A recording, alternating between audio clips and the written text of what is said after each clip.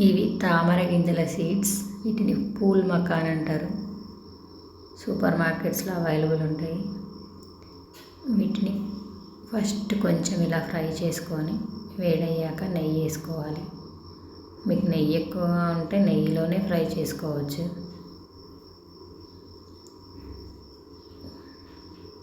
టేస్ట్కి సరిపడా సాల్ట్. ఇప్పుడు నెయ్యి సాల్ట్ పట్టాక వీటికి లైట్గా ఆయిల్ వేసుకొని మళ్ళీ ఒకసారి ఫ్రై చేసుకోవాలి. ఇప్పుడు కొంచెం కారం, కొద్దిగా మసాలా వేసుకొని ఫ్రై చేసుకొని